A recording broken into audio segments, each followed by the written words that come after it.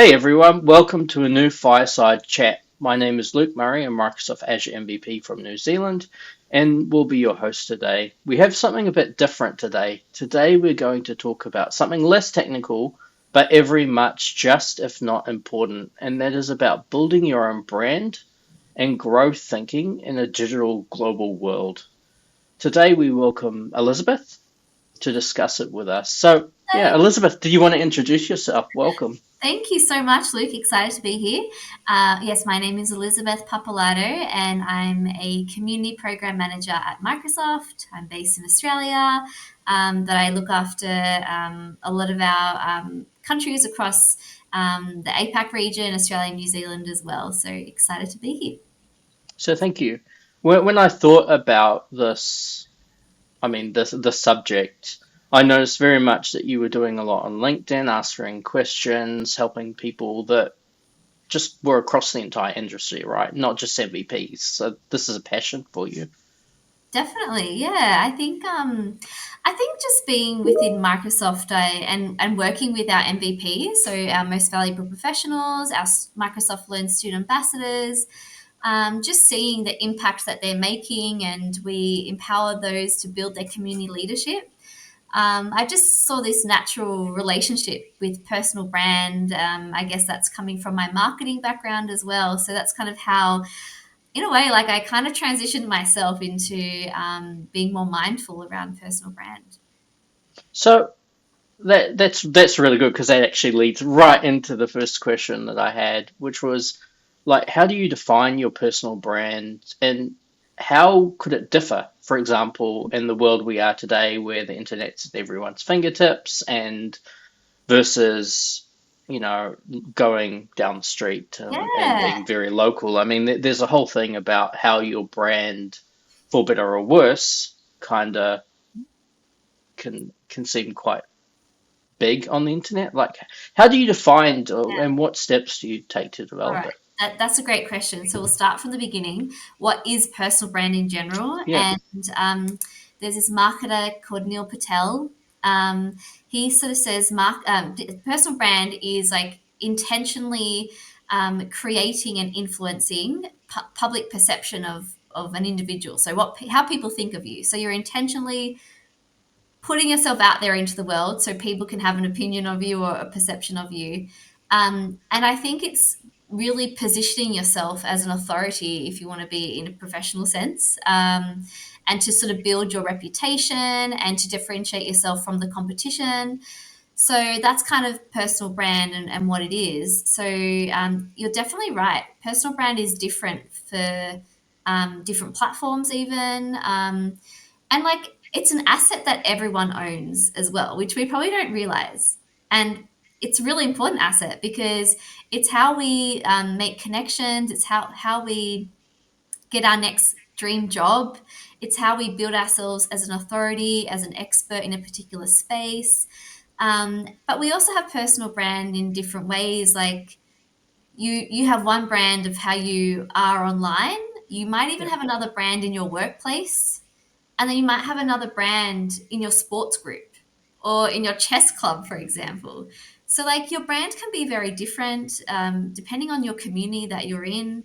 I guess for me, like, my personal brand within a professional environment, it's really around like community engagement, um, fostering connection. Mm. I came from a charity background, believe it or not, working with volunteers.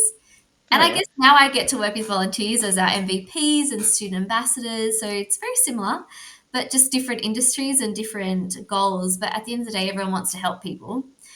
And I also feel like my personal brand has always been like being of service to others, to empower them to want to do great in this world as well. So that's kind of my personal brand in a way. I never Is that asked that, but thank you so uh, much. That was a reflection as well. Yeah. no worries. Yeah, I think we would like having a brief chat before this, and sometimes it's easier to explain to other people what you're thinking and what you should do, but sometimes it's hard to tell yourself exactly Oh, what totally. you advice you'd give yourself as well. Here's a left field question that just came to mind. So what, like your servitude, or I don't know if that's the right word to use, but your desire and ability to give back, is that mainly based because of other people have done it for you? Like, do you know where that came from, or because I know for me specifically, it's like I've had a lot of help, and I still do in my career and my professional development, and I think you're right about having taking those different personas, like Mm. whether you're at home or work or online, definitely can be a bit different. Like my wife says to me all the time, "Why don't you speak to me like you do you're very quiet but very loud when I speak at work." And I think that's potentially related to branding and stuff as well, and just how I respond Different to roles that. that you But play. Yeah. yeah, but did you think that came from people giving you, the help that you Hmm. needed, or That's a where did really it? good question. I think I started working at 18 years old. I never went to university. I did an advanced diploma straight out of high school um, in marketing and event management. And my first job was when I was 18 turning 19, and it was for a humanitarian charity, and I was there for 4 years. I think I just maybe that just formed Just the foundation of like my trajectory of my career. And I remember the team I was in was called community engagement. okay, yeah, So I think maybe just kind of those foundations happened then, and I just always saw myself as helping others, and it just has kind of grown from there. And now I'm in developer relations, which is another type of community engagement for the tech community. it's So just become part of your core values, yeah, without really actively thinking of it. probably at school I was like always putting my hand up for things too and wanting to help people. So it's probably in my personality as well. But yeah, I'll say my first job really kind of probably set those foundations in my career for that. So, can you share an example of when your personal brand has helped you achieve a goal or outcome or Yeah. overcome a challenge? Sorry. I remember, okay, we'll go back to like my early in career. I remember feeling a bit stuck because I was working for a humanitarian charity, a children's hospital, and then I actually moved to London for a bit. And even there, I was working for different charities. But I felt stuck because I wanted to get outside of the not for profit, sorry. I just wanted to see new perspectives and ideas. And Yep. like back then, that was a good like 13, 15 years ago now, when I first started my career. I wanted to be a bit more innovative, and traditionally those industries are a bit slow. So yeah, I was just really itching to be in a new environment or a new industry, I should say. And then I remember I got a job working for a startup. So that was really exciting in London, and it was a food startup. And I remember being so grateful to that founder for just believing in me, Yeah. because I was finally out of the charity bucket. So, But sometimes it takes that one person, right, to just yeah, go, we trust you. We're yeah. gonna, So I think like I was just lucky. I was young as well. So I didn't really know how to sell myself, but I was just lucky I found someone that believed in me and my abilities. But I think for an example, like going for my role at Microsoft, when I saw the community manager role, I was very intentional with what I put on my CV and how I branded myself. That's when I really first started thinking, like, okay, I really, really, really, really, really want this job.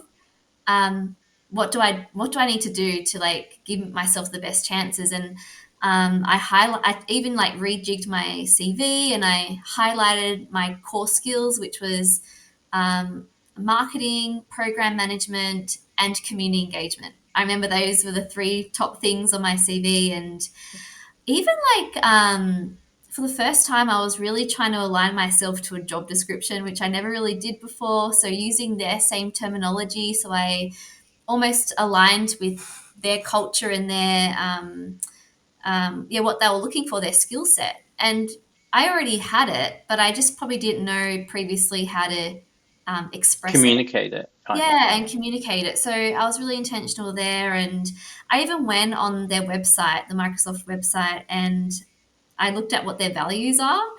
Growth mindset is one of them, and I remember putting like just using those words and just trying to make it trying to, yeah, just position myself like I belong there. So yeah, that definitely helped. Hopefully it helped. I'm here, so and I'm very fortunate.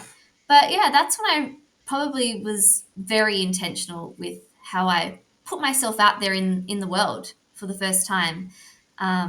Yeah, when it comes to personal brand.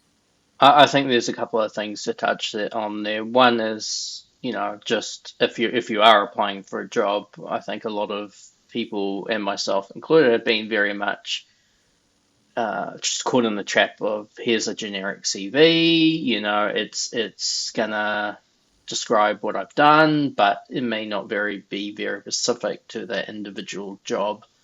And sometimes you're lucky, and sometimes you're not, and either someone picking up that CV and looking at it or not. But I think there's value there definitely to make sure that if you are going for a job, to really pay attention on what that job involves and the values that that company offers. So Definitely, yeah, here's one. So it's about like the strategies and your mindset of building and maintaining authenticity while building your personal brand. So this one came to mind when I sort of started to have a think about myself as well. It's like as an MVP, sometimes there's the feeling of extra stress to really, I don't know, perform for the community and be the best that I can be, mm, and but also be authentic, because even online, like sometimes you see, people post stuff, and in the back of your mind, it might be, oh, something's not quite right, or they're wanting to sell you something, or they might be after something. And yeah, but what strategies do you really think for yourself, to maintain authenticity online for your yeah. personal brand? I think authenticity is so important. It could almost make or break a brand depending on what it is. But I think it just has to like align with your values. Know what your values are, and whatever you put out there into the universe, make sure that yeah you're fully aligned with it. It has to feel natural for you to do anything. So if you're going to write a LinkedIn post or write a blog, it has to feel natural to do it. And sometimes, yeah, we get tired and we might force ourselves to write that blog, but it's the passion that's fueling you to do that anyway, right? Yeah. So yeah, don't talk about stuff that you're not. It doesn't align to your values. You can be like, and I think also by being authentic, it's about just being honest and transparent. So when I talk to community leaders, and for myself as well, like I'm not an expert in AI. I've never considered myself a technical person, but I'm learning like the Microsoft ecosystem and the different tools that we have. AI is a perfect example. Yeah. I'm not an expert, but I could use my learnings to teach others. And I think through that honesty and transparency is how people are going to relate to you as well, because you've done the exercise or you've done the certification, and share your learnings and reflections with them. And that's how adding value is also really important. So you mentioned like sometimes people are trying to sell you things. If you can add value, and then you can do like, hey, for more information, or like I wrote this blog if you really want to like go dive a deep diaper, yeah. You Yeah, can. yeah, yeah. So yeah, just being true to your values, being authentic, being honest. I think that's just the best way forward when it comes to building your personal brand.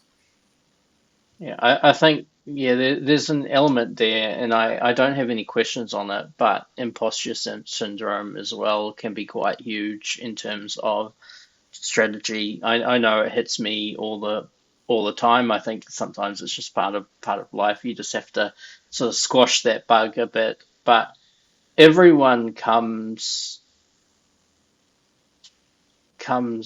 at different levels. There's the old saying as well, I think, that, you don't chase the other person, you have to be better than yourself, not the person next to you, because everyone's coming from it from different areas, different backgrounds. Like you came in marketing and charity organizations, you might have a different perspective than say me, who was brought up sort of technical, and that's been my career. So yeah, even though you may not know it all, doesn't mean like none of us do. Like and that's why I like Satya's, be a learn it all, not a know it all.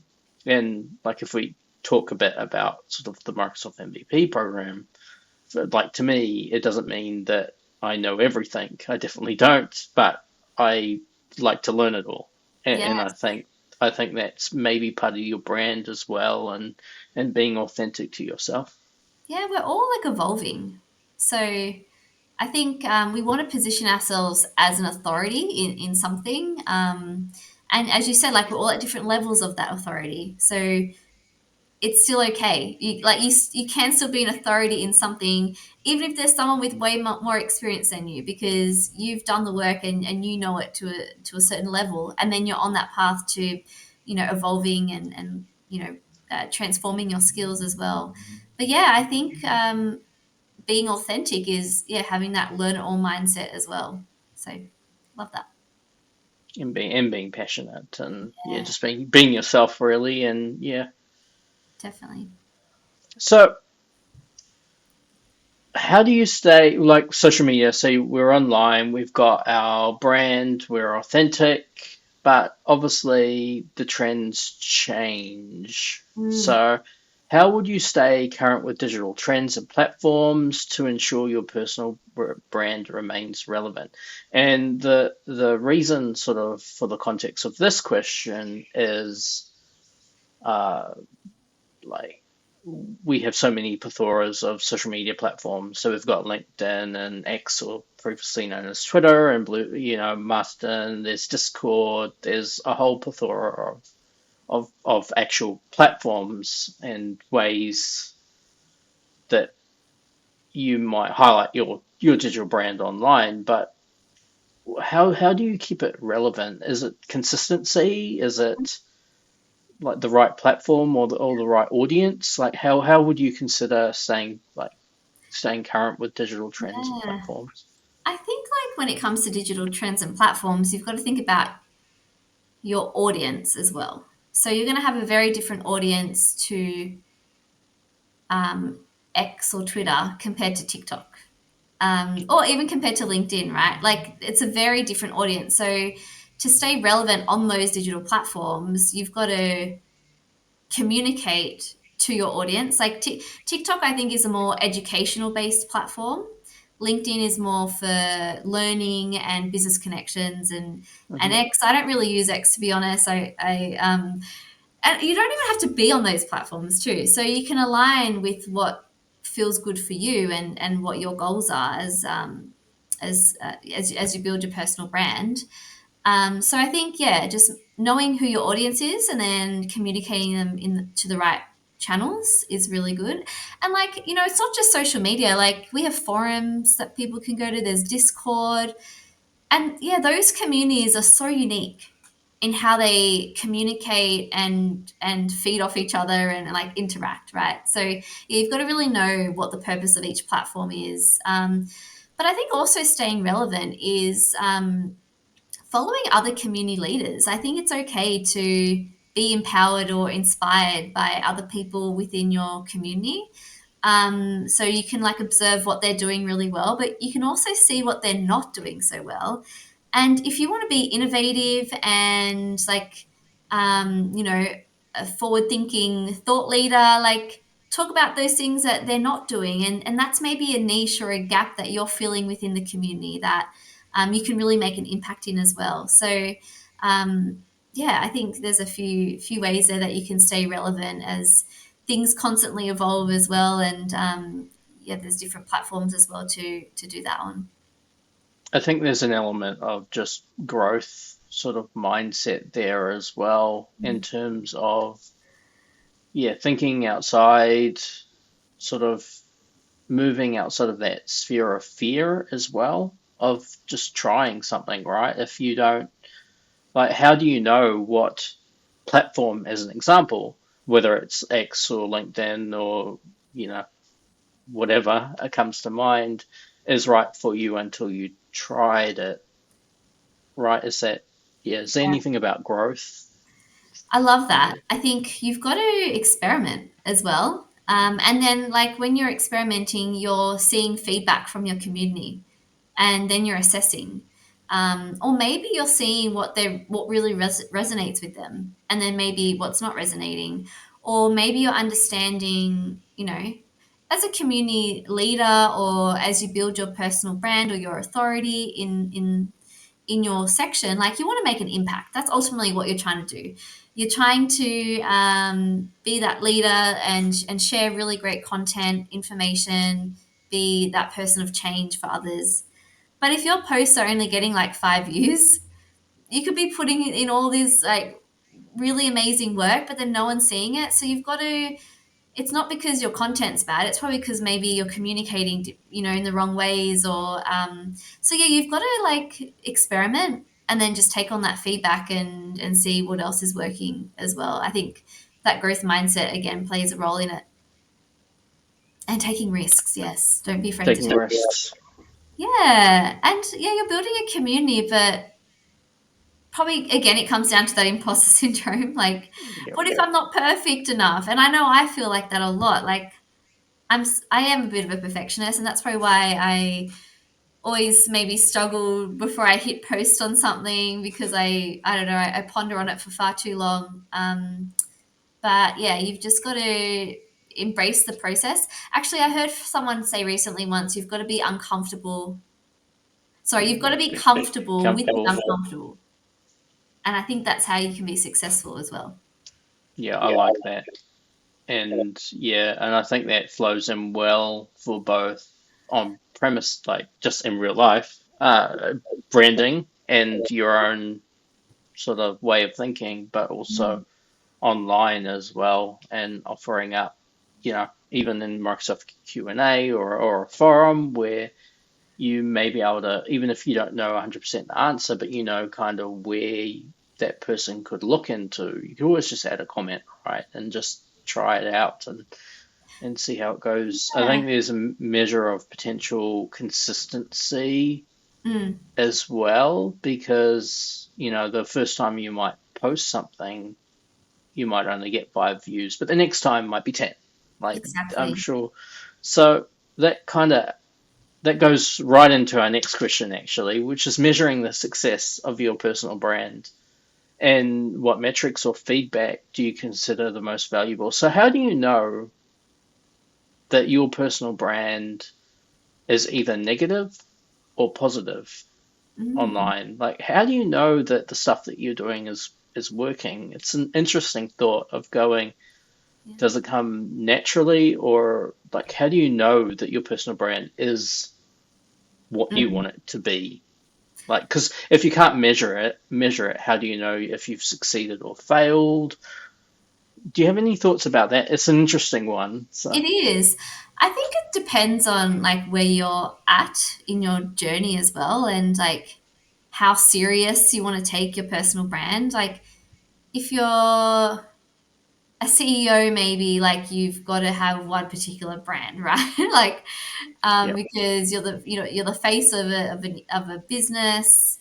There's a lot more at stake essentially when you think about personal brand. But if you're building it for your own, like, your own personal profile, I mean, to be honest, I'm not sitting there and I don't have metrics and I analyze it, but I think I just like get feedback from the community. So LinkedIn is getting to invited for presentations like this, and exactly, yeah. So I think like collaborating with the community is really important, because then you can gauge like your connections, and are you building your network? Like, ultimately, you're building your brand for some key reasons. It's probably to boost your profile, to land connections so you can get that dream job, or to get the dream job, like whatever it is. So I think like it's just gauging that. But I also think like if you're just got that helper mindset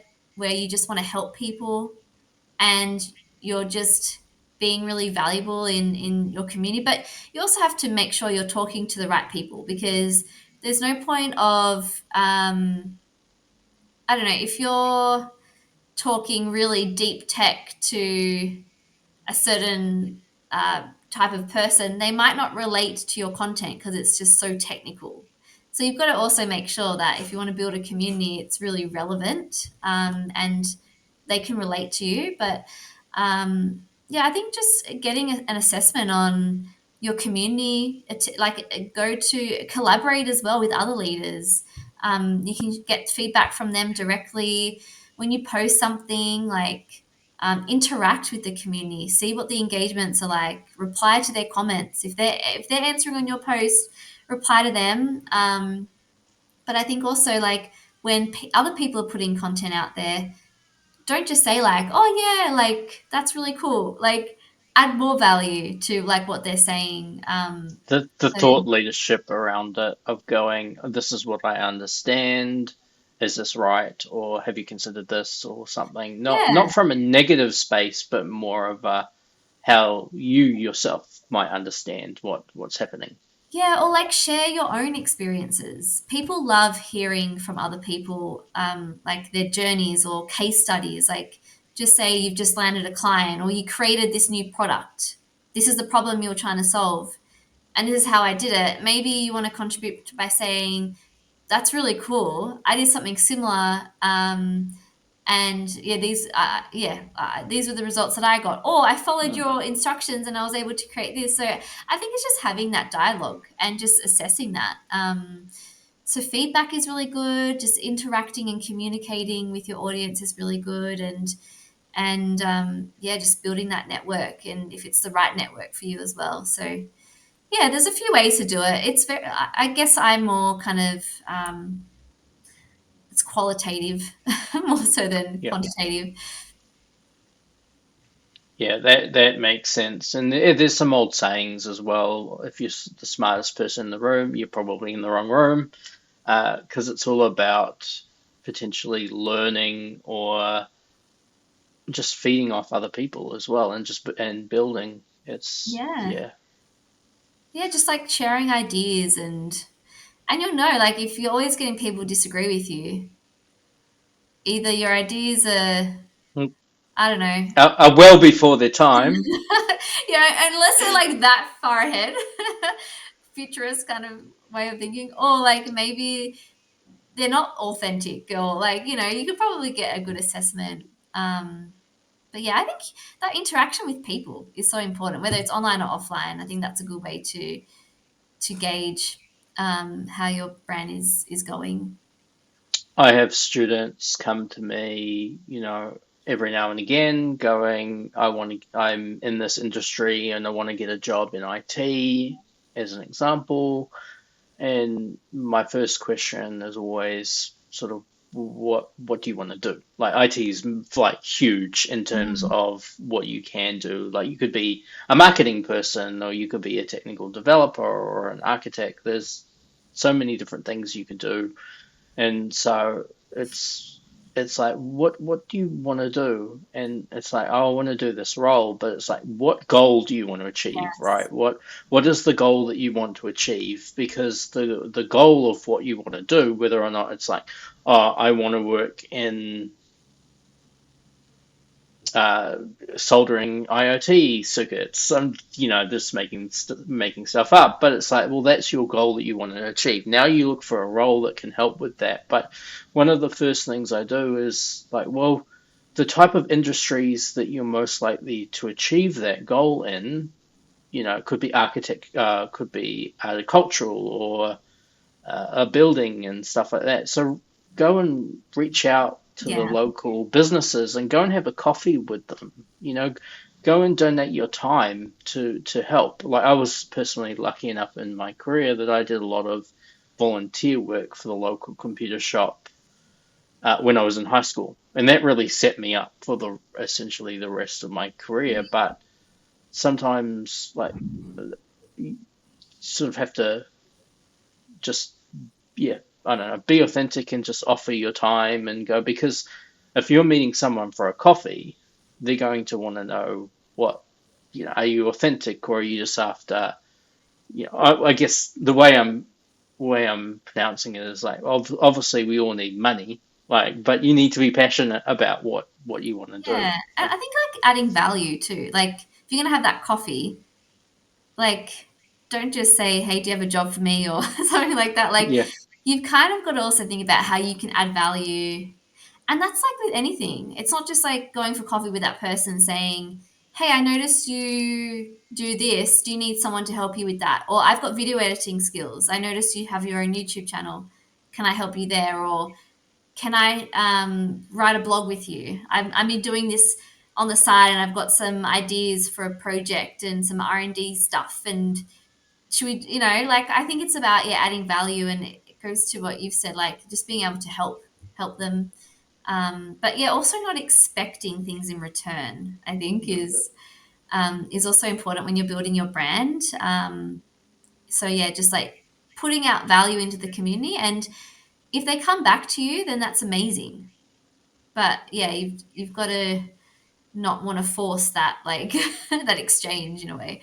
yeah, because that I believe, like we kind of touched on it as well, that would come back as almost unauthentic, Yes. in the way that you're presenting and the way that you're structuring that content online.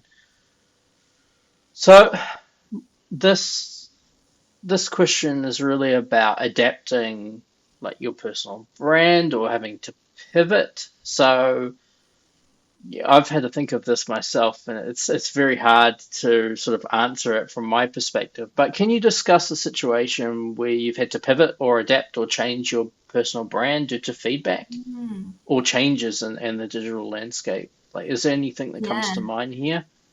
I think for me, the most obvious is the AI world that we're in right now. I guess Yeah, November 2022, we love that date, is when it's better than March of what 2020, which is when the COVID. yeah, It's yeah, yeah, it's quite momentous, right? Like, yeah, everything that happened since then. But that's when like my sense of curiosity was around generative AI, and I think prior to that, I thought AI wasn't accessible to people like me, having non-technical skills, and um, yeah, but generative AI is accessible to everyone now, and there's so many possibilities that it can help us in our everyday job. And that was like a turning point because I'm like, okay, like this is a thing. So I took on a lot of like certifications and micro skills, and just really trying to learn it and understand it.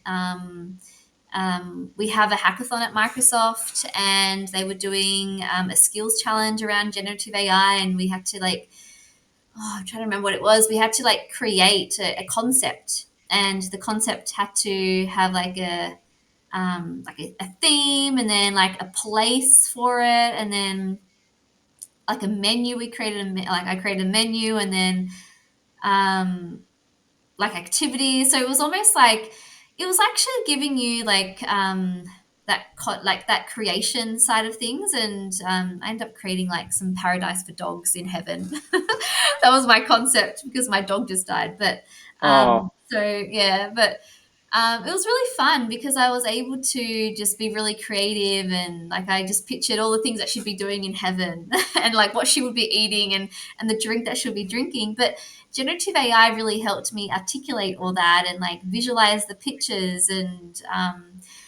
And like if you're like in video production, or you're writing a script for I don't know, a movie, or you're writing a book, like everyone can really benefit from these ways to generate ideas and be creative. And now I've started using it when I write my own blogs, when I retell community stories. It's just saving me so much time. And sometimes we suffer from writer's block or things like that, but it gives yep. me kind of the foundations of how I can keep writing. So yeah, I'm so glad I've like learned those skills, and I'll be constantly learning those skills. But it's so important. Actually, Microsoft and LinkedIn did a work trends report recently, and they said that 77% of hiring managers will hire someone with AI skills but less experienced, compared to someone with no AI skills that are more experienced. So I think knowing that That's information, huge. Yeah. yeah, it just goes to show like we need to be pivoting and we need to adapt our skill set, which is our personal brand, in like yeah the changes that are happening within the industries and that digital landscape. So I guess that's my example. I think it's a really good one, and it speaks a lot. And I think when we discuss AI and generative, like AI's been out for years and years and years, but you're right, the accessibility of it just seemed very far away. Like, but then you know, ChatGPT and the that user experience Yeah, and then the type of chat model gave us a way to interact with these models, but it's you automatically you see it now in the new like Microsoft Surface machines that Microsoft are releasing with their built-in neural processing units that can run these small language models locally. This It's not going away. It's just become it's part of life. Like yeah, I look at these technologies as almost something foundational that you need to know to do your job. Like yes, if you're in IT, or even if you're an accountant, because it's just going to change the way we work with computers. definitely. I think what you're saying foundational there is so important because like they're the skills that are going on your CV. It's like it's prompt engineering, it's generative AI. It doesn't matter what job you're in, like you'll need them, right? And I reflect when I first started my career, I remember it was like proficient in Outlook. I can mail merge. Like those were the type of skills Yeah. over a decade ago. Mm. And yeah, so I think it's an opportunity for everyone to really kind of just level up and kind of stay current, yeah, with those skills. I like that. Level up. Yeah, I like that. So the next question, we've kind of touched on it a bit, and it's about balancing self-promotion with genuine engagement. So, like we've kind of discussed about being your authentic self and like how other people can kind of see that potentially you're not. But obviously, like you said, we're building a personal brand. It could, whether we know it or not, but sometimes it's directly for a reason because we want our dream job, or we want people to recognize us as an authority, and so. But how do you balance that self promotion of what you are and what you have to offer to potential employers versus just being genuine in what you like? There is a balancing act there, isn't I it? But it's agree. also, yeah. Yeah, you're so right. Like you've got to. I think it comes down to like that authenticity again. Like you can still self promote, like celebrate your wins. I think that's so cool. People want to be part of those celebrations too. It kind of is an inspiration boost, and um, it kind of sparks new conversation as well. Like if you got a job promotion or you achieve this certification, I think that's amazing. I think it's good to just reflect and think, okay, how can I make sure this is an authentic, or I can remain humble in my achievements, for example, right? So maybe you want to thank someone in that self promotion post, or maybe you want to share what you learned out of that and add value. We talked about that before. Like, how can you add value for people when you're sharing your experiences? People love hearing people's journeys. It's just common nature. We love being inspired by people that we relate to. I think there's this mentality, or I kind of learned this mentality probably like a good few years ago, but if they can, I can. Because I kind of never thought that things were possible for me. But then I would see people that looked like me or felt like me or were in similar life stages than me. I would be like, oh, if they can do it, I can do it. Like, and so then I'm like, how do you do it? So it sparks curiosity as well. So I think self promotion is a great thing. We need to celebrate our achievements, but I think we need to think about, I guess, the purpose of that announcement or that self promotion, I should say, and like how can we um, yeah, make that into something that's going to add value to the audience that will see that. So say, hey, if you need any help with this, I'm like available to chat. Or I'd like to thank this person for providing me great The content. support, or Yeah, yeah, support. Or thank you this person for their YouTube video that helped me pass my certification. So yeah, I think you can definitely turn it around to help others, because then they'll see that and be like, okay, so this person did it like this, you know, that might give them a place to start, because sometimes people also don't know where to start. So yeah, I think it is a balance. But yeah, just remaining, I guess, humble in your approach, I think is the way to do it. okay, well, yeah, that's great. Um, the the next thing you've kind of touched on already, but I'm going to merge two questions into one because they sort of align. But you kind of discussed about a bit about when you were searching and learning about artificial intelligence, and you did your certifications and you did your micro hacks or micro skills. So continuous learning and growth mindset. So how obviously all these things are sort of building on the foundation of your personal brand and being very passionate about it and just doing it like authentic as we've sort of developed it.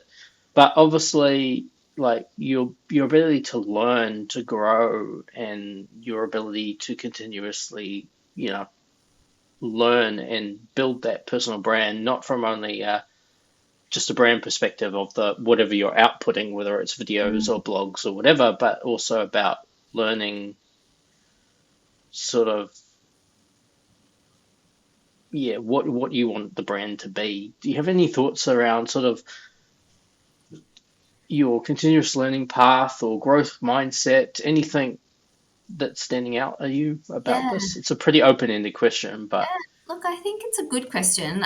Growth mindset is so important. And it's a concept I've really only come to really celebrate or even know about when I started Microsoft. Um, it's like ingrained in our culture at Microsoft. And I think when you're building a personal brand, having that growth mindset will really help accelerate you, because when you're having a growth mindset, you're kind of thinking outside of the box, or you're taking risks. Everything you do, there's always going to be learnings. And a failure is never a failure, it's a learning as well. Um, so I think, yeah, growth mindset can propel your personal brand. It might even get you uncomfortable as well. And when you're uncomfortable, you're out there to be challenged, you're out there to learn.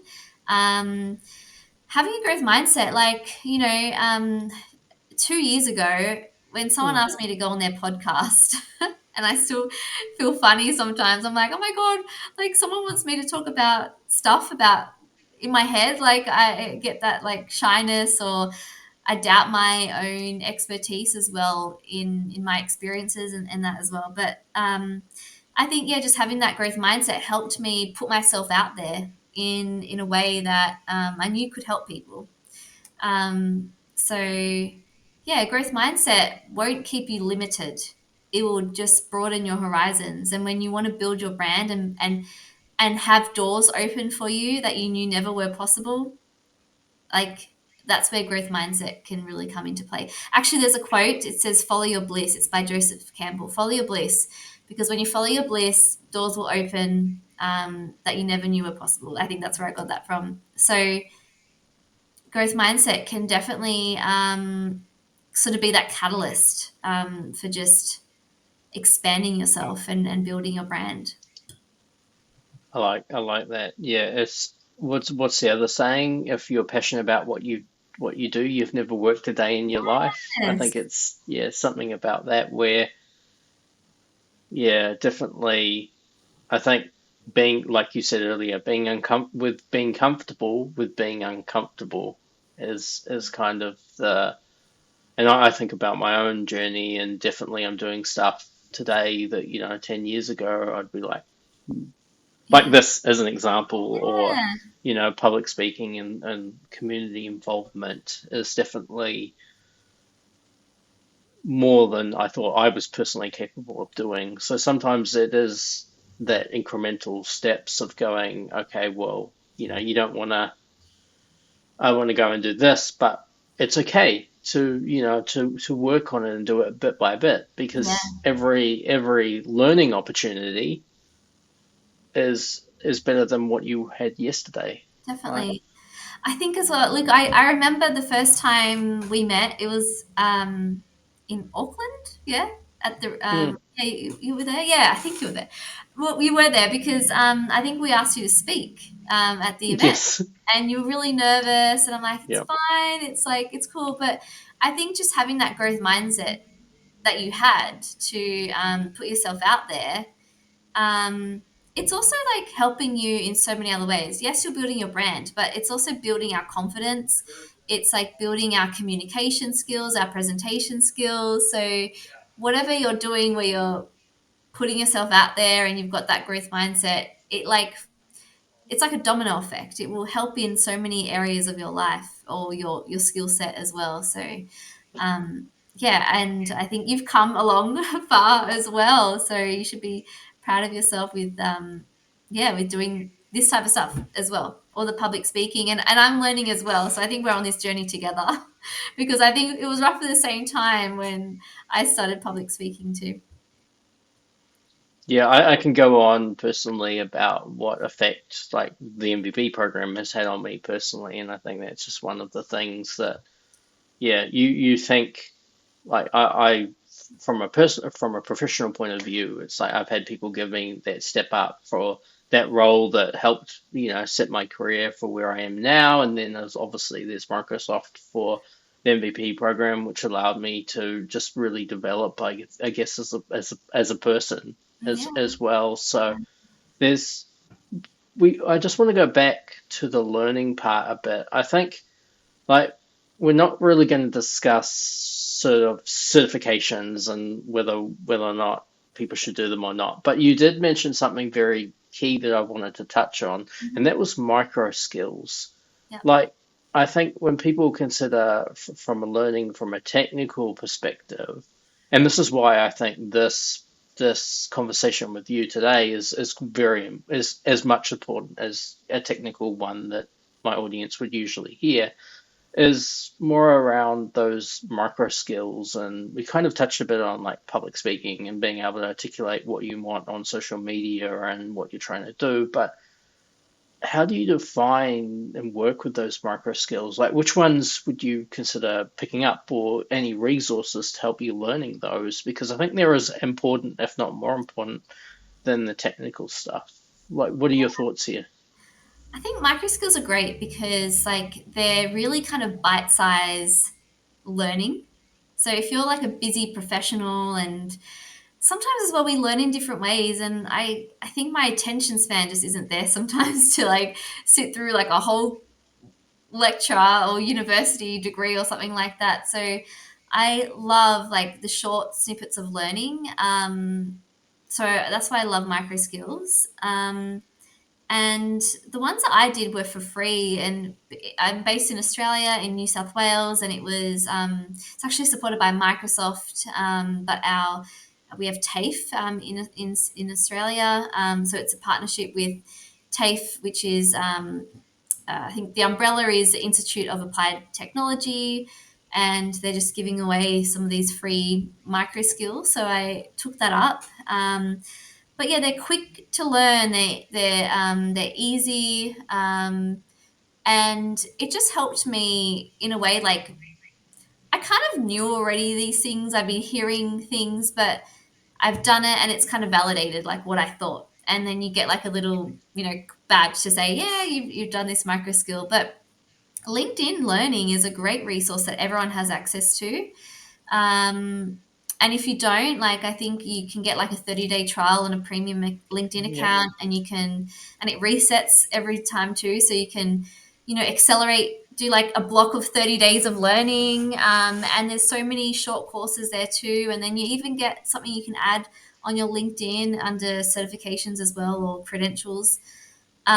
But yeah, there's so many things you can learn, and they're really good introductions as well because, like, sometimes you don't know what you don't know. And even if you're thinking of like taking on like a long-term study course, like a university degree, micro skills can really help you figure out like, is this really what I want to do? Or do I want to do something else? So yeah, micro skills are important. Also with Microsoft Learn, we have Learn modules that you can do, and you also get badges through that too. And you even get like a transcript or something that you can put in your CV to say, this is what I've done and this is what I've achieved. There's a Learn module for growth mindset if you really want to go into that too, which is a great skill to also put on your CV. And then we also have applied skills through Microsoft Learn. So that's like, and it's free, which is what I love about it. So there's no barrier for anyone to like start getting into these. But applied skills is really kind of showcasing your ability to actually build things, and then you can put that onto your portfolio or something like that. Whereas certifications, I guess, is more theory. So I was able to do them.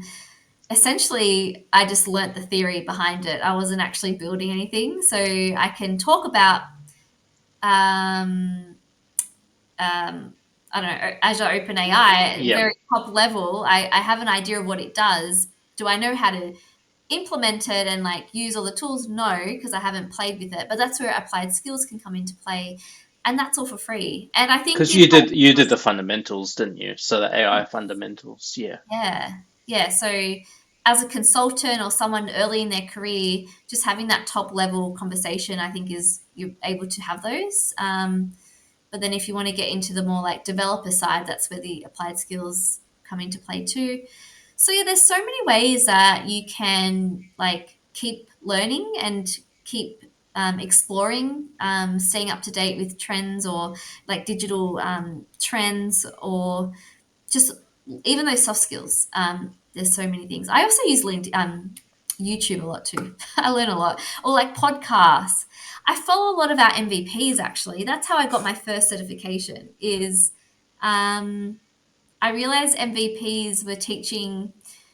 I think someone was doing like women in tech or women in AI or women in Azure. It was because that was my first certification, Oh yeah, yeah. and I'm like, these these women have come from like different industries and they're not in tech and they've done their certification, and it kind of inspired me. And then I was using MVP content to learn. So yeah, it's really cool. So there's so much out there that can really empower us to be continuous learners. And you I don't I need to pay for those certifications. There's other ways to do it. Yeah, there's a couple of things I want to mention. One is a technical one where, when I was first learning PowerShell years and years ago, one of the books that I picked up was I think it was Learn PowerShell and a bunch of lunches.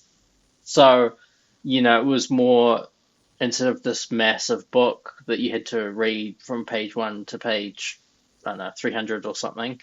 It was okay, well, you pick it up and you read it during a 30-minute or an hour lunch, and over time you Mm, slowly build those skills. And I think it definitely helped me because I didn't feel pressured to learn and understand yeah, the entire concept at once. I just took it as bite-sized bits and pieces when I had time to read it. It definitely. didn't necessarily be at lunch, but the idea was Yeah, good. and that consistent learning. Yeah, so being lunchtime is like, yeah, you always have a lunch break. So yeah, I think that's great. And just like consuming and do what like works with you. Like maybe you commute to work, and so a podcast is really good for that sense.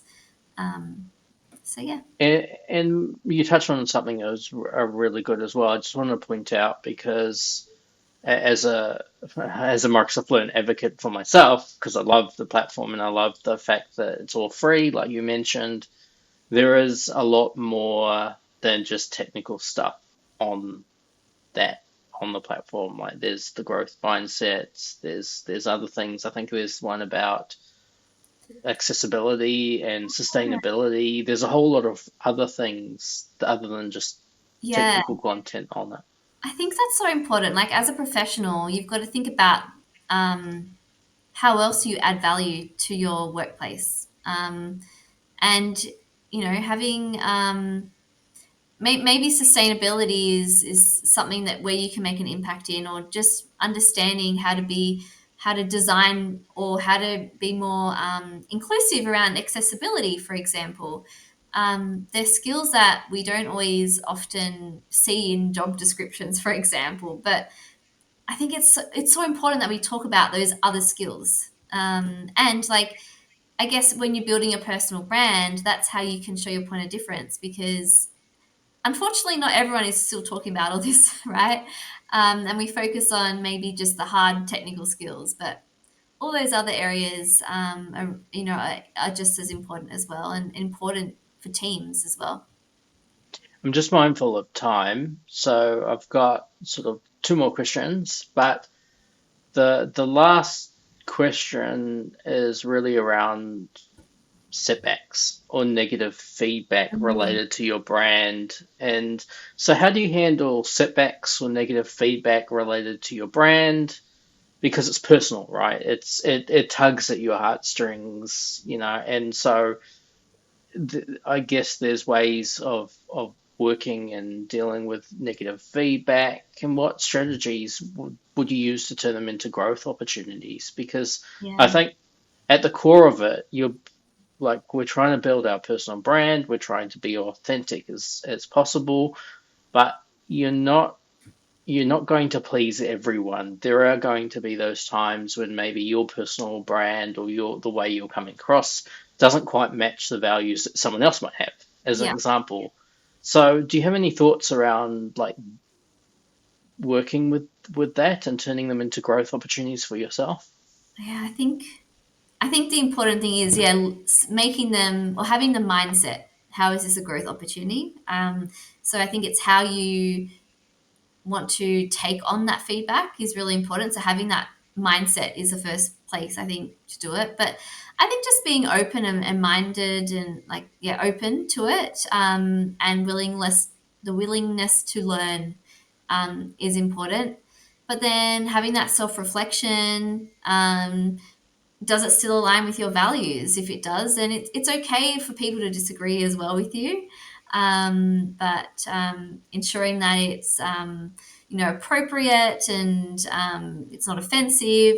In the community, we often remind everyone about community guidelines. So I think as you're a community leader, or you're out there building your authority, you've got to probably think about what your own like boundaries are, and what you're willing to accept and not accept. And if you've just got to be open-minded and respectful, that other people might have different opinions and ideas too as well, and just taking that on constructively. And I think like it's okay as well, like if you've received something that might be perceived as a negative, I think it's okay to talk about it as well. Like, go to Let it another. out. Yeah. Yeah, because I think maybe like someone else might have another perspective. You might have received this feedback, which might be like, oh my God, this is so harsh. And it's like, maybe it can hurt our ego. But if we go to a mentor or another community leader that we trust, that we can say, hey, someone said this to me, like, what do you think about it? And then maybe if you've got that trusting relationship, they can give you their perspective, and maybe they might show you a new way that you didn't see it before. Or maybe there's a lot of times we don't realize we might be offending people, for example, and they can educate us and teach us, or help us see a new perspective. So yeah, seeking out mentors, or other people that we trust, that we can go to and just have that, like a sounding board, like, just bounce off our feelings and our thoughts and our reflections. I think that's also important too. Yeah, I think I'll mention something in my own professional experience as well, where there's been an incident at work, and I haven't quite agreed, or I haven't been very happy with the way things potentially turn out and Mm. things like that. And so one of the hardest things for me during that period was actually trying to get out, to try and stop being so negative. This was years and years ago, but instead of just sort of drowning down in my own thoughts because, like, Mhm. as a manager once told me, Luke, you're your own worst enemy, and he's 100% right. Um, but it was I didn't know who to talk to directly in my inner circle, but Mm. and that's okay because sometimes you don't have those people to really talk to. But I went to a counselor and they counseled me through sort of the way of framing and the way of thinking about them and the decisions that I had to make in Mm. terms of like how I dealt with the problem and like the way forward and really helped give me the tools. So yeah, I just wanted to sort of go a bit left field, but take the opportunity to just say like if there is opportunities for if you go and see a counselor, it was probably the best thing I did. Before I went and talked to them, I probably thought, oh, it's something for losers, or but actually going through that mentality and talking to someone who was trained to really talk Yeah. and look at the way that I thought about things And they gave you the tools, was right? Like they gave me the take you through tools. exercises, which can be valuable as well, of course. And Yeah, I've used them a lot, so. yeah, and like most companies these days will have um, those types of services available as employee benefits. So I think we probably don't take up those enough. But yeah, seek out with your HR team. I'm sure there's something there, and there's other free government services as well around too. But definitely, yeah, that's a great perspective to share. Thank you, Elizabeth, for coming and chatting to us today. Is there anything else, potentially stuff that you might find popping up online all the time that people are asking for that you want to share with the community as a last sort of like any tips or tips for either growth mindset or personal branding or both? Like any anything you want to Final sort of. thoughts. Hmm.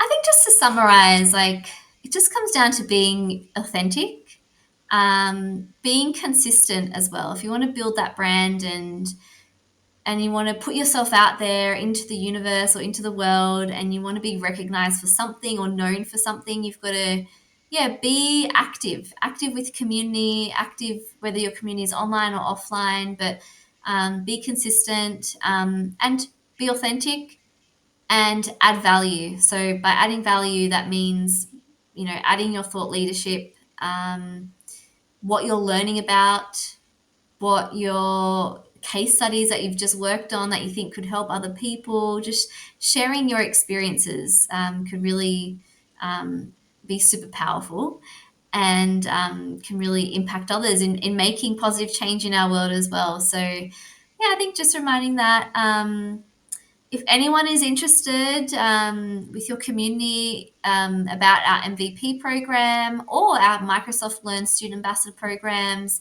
they can always reach out to me and have a chat.